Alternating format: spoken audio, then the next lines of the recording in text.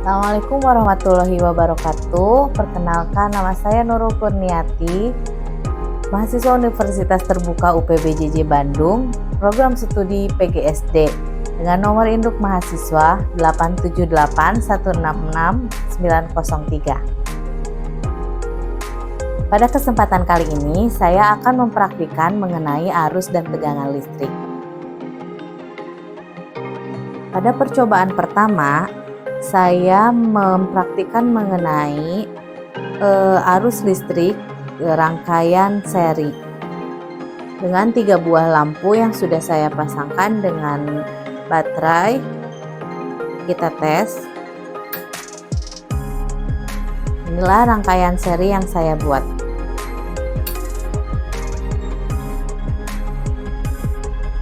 Pada percobaan kedua, saya akan mengetes barang-barang mana saja atau bahan-bahan mana saja yang bersifat konduktor. Di sini saya sudah mempunyai air keran, air garam, plastik, sendok, penghapus karet, tembaga, dalaman pensil, kayu, kawat besi, dan kertas. Kita akan tes mana saja yang bersifat konduktor. Di sini saya akan membuka sambungan kabel supaya kita bisa melihat barang-barang yang bisa teraliri listrik. Yang pertama, kita akan mengetes kabel besi. Apakah kabel besi ini dapat menyala? Ternyata kawat besi ini dapat menghantarkan listrik dan lampunya bisa menyala.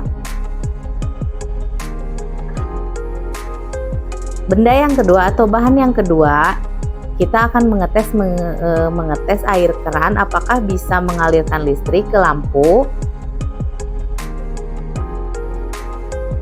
Ternyata lampunya menyala, itu berarti air keran biasa pun bisa mengalirkan listrik.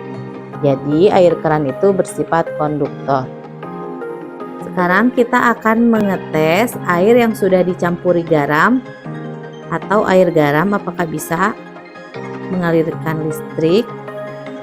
Ternyata lampunya menyala, itu berarti air garam bisa mengalirkan listrik atau bersifat konduktor.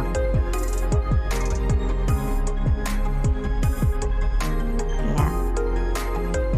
Benda yang keempat yang akan kita tes yaitu kayu. Kita tes apakah kayu dapat mengalirkan listrik atau tidak.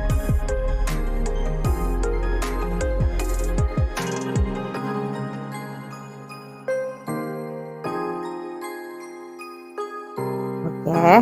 Ternyata kayu tidak dapat mengalirkan listrik. Dengan demikian kayu tidak dapat menyalakan lampu, berarti kayu tidak bersifat konduktor. Benda yang kelima yaitu kabel tembaga atau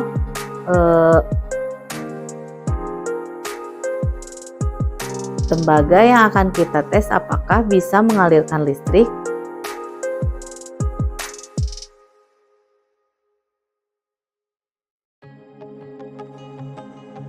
Baik, lampu menyala, itu artinya tembaga bersifat konduktor dan dapat mengalirkan listrik.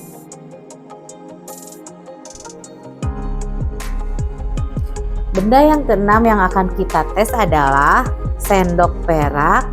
Apakah sendok perak dapat menyalakan lampu di sana?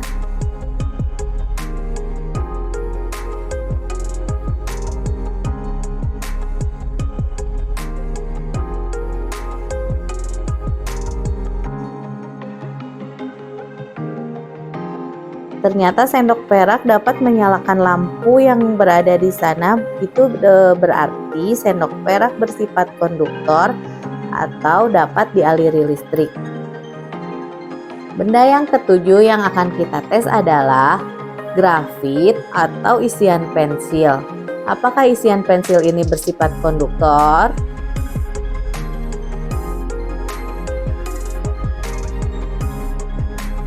Ternyata isian pensil ini atau grafit ini bersifat konduktor, itu artinya grafit ini bisa menyalakan lampu karena bisa mengalirkan listrik. Benda ke-8 yaitu tas plastik. Kita lihat apakah tas plastik ini dapat mengalirkan listrik.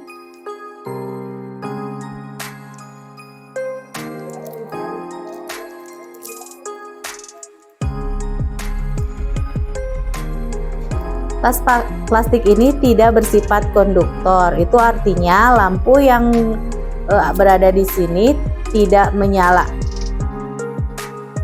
atau tidak bisa mengalirkan listrik. Benda yang ke-9 yaitu penghapus karet. Kita lihat apakah penghapus karet ini dapat dialiri listrik.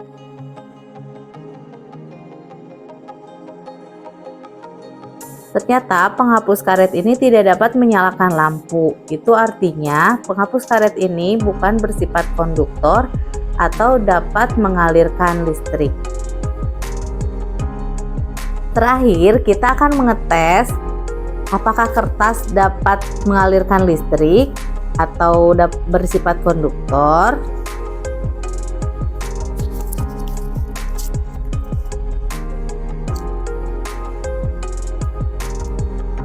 Ternyata kertas tidak dapat mengalirkan listrik, itu artinya kertas bukan bersifat konduktor. Dari ke-10 benda yang sudah kita tes kelistrikannya, maka kita dapat simpulkan bahwa yang bersifat konduktor adalah sendok perak, kabel tembaga, grafit atau isian pensil, kawat besi, air keran, dan air garam. Maka yang lainnya yang sudah kita tes berarti tidak bersifat konduktor atau tidak mengalir listrik, yaitu kertas, tas plastik, penghapus karet, dan kayu. Percobaan yang pertama, kita akan menggosokkan plastik. Apakah bola pingpong ini bergerak atau tidak ke kain.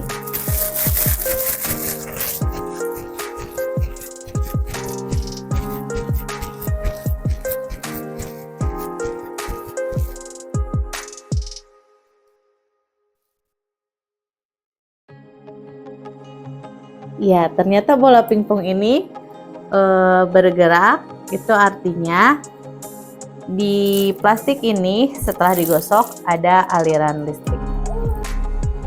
Selanjutnya kita akan mencoba benang wol atau kain wol yang digosokkan pada bola pingpong.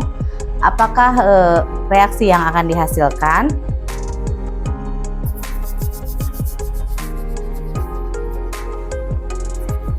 Kita gosok terus-menerus sehingga bola terasa panas.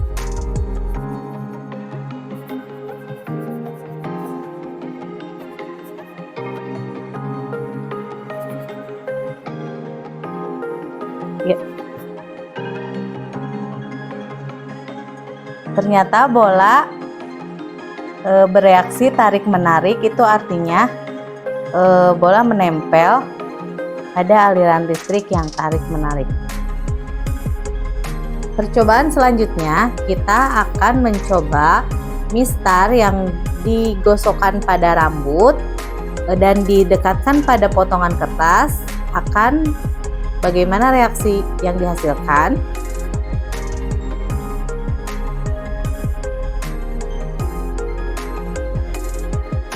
Kesimpulan pada percobaan muatan listrik yang pertama, plastik yang digosokkan pada baju dapat menarik bola pingpong, sedangkan antar bola pingpong dapat tolak-menolak.